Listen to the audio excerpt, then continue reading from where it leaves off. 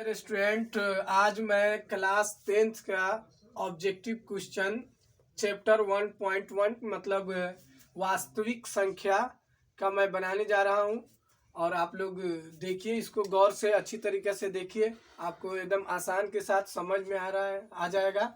देखिए, भाग देने में a बराबर बी क्यू प्लस आर में q बराबर 0 तब होगा जब b बड़ा है a से। इस तरह से होगा b बराबर a से, और इस तरह से c में ऑप्शन है कि b बड़ा है a से, तो आंसर क्या होगा, ये हो जाएगा।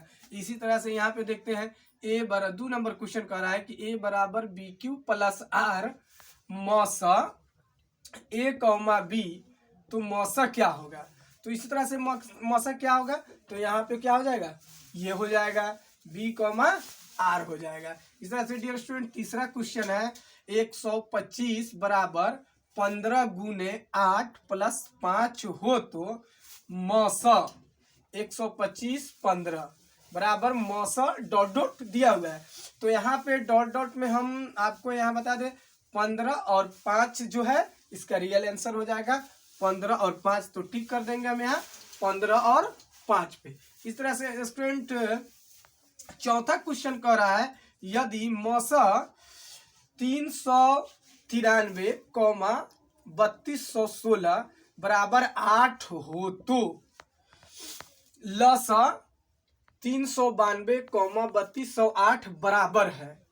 तो आंसर इसमें क्या होगा, मतलब इसका आंसर बता रहे हैं कि क्या होगा, तो इसका आंसर क्या हो जाएगा, ये हो जाएगा। लेकिन बड़ा क्वेश्चन है, हम यूं ही कैसे कह सकते हैं कि यही होगा, कुछ और भी तो हो सकता है। तो इसके लिए डियर स्टूडेंट हम क्या करेंगे, इसको आसानी के साथ हम हल कर लेंगे। तो हल करने के लिए हम यहाँ देखेंगे, लसा गुने मौसा बराबर होता है दी गई संख्याओं का गुणनफल। तो जो संख्याएं दिया है, क्या दिया है, दिया मौसा 392 3216 बराबर 8 हो तो लसा 392 कौमा 3216 बराबर है।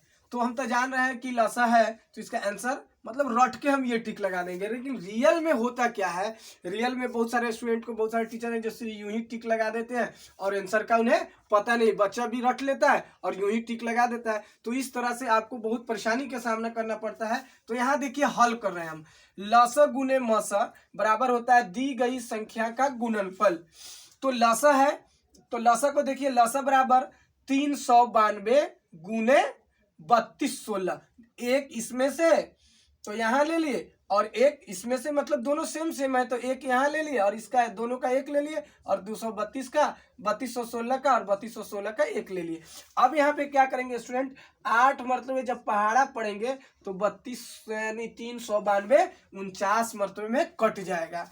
49 मरतबे में जब कट जाएगा तो 49 को 3216 से गुना करेंगे तो आंसर आएगा 1,57,584। स्टूडेंट क्वेश्चन नंबर 5 कह रहा है, यदि दो संख्याओं का मौसा बराबर 25 और लसा बराबर 50 तो संख्याओं का गुणनफल होगा। मतलब कि दो संख्याओं का मौसा बराबर 25 है और लसा बराबर 50 है, तो संख्याओं का गुणनफल होगा। तो यहाँ पे है, आंसर में है, हो जाएगा 1250।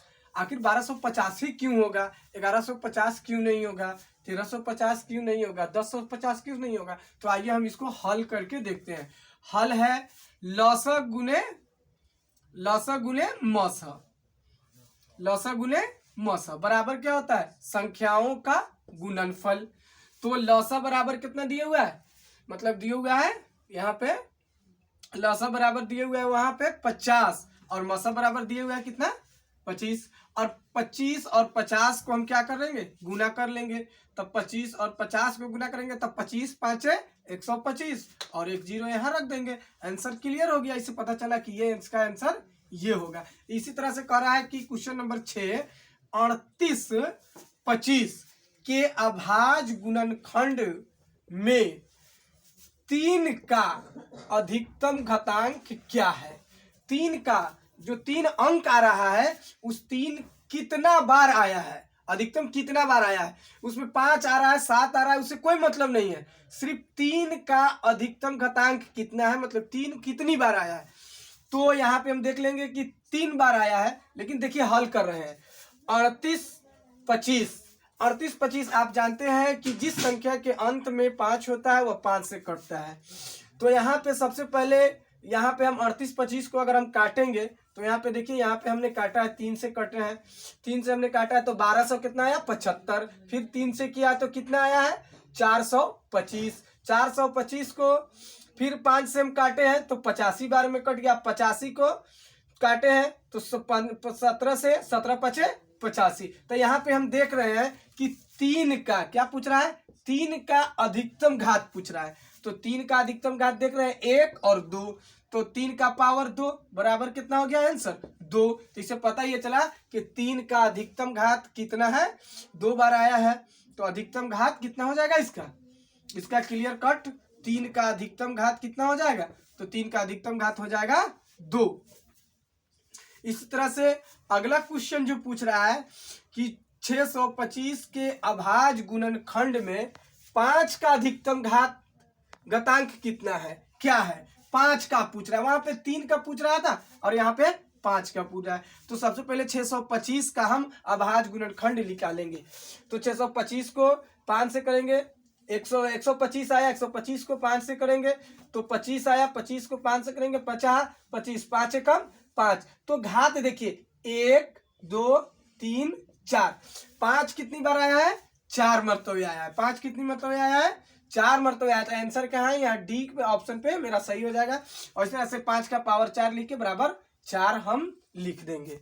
डियर स्टूडेंट, 8 नंबर क्वेश्चन कह रहा है निम्न में कौन अभाज्य संख्या है, मतलब अभाज्य संख्या जो 2 से पूरा भाग ना लगे। तो यहाँ पे हो जाएगा सीधे 23 हो जाएगा। इसी तरह से अगला क्वेश्चन कह रहा है कि 9 नंबर क्वेश्चन है, ए और बी सअभाज्य संख्या कहलाते हैं यदि मस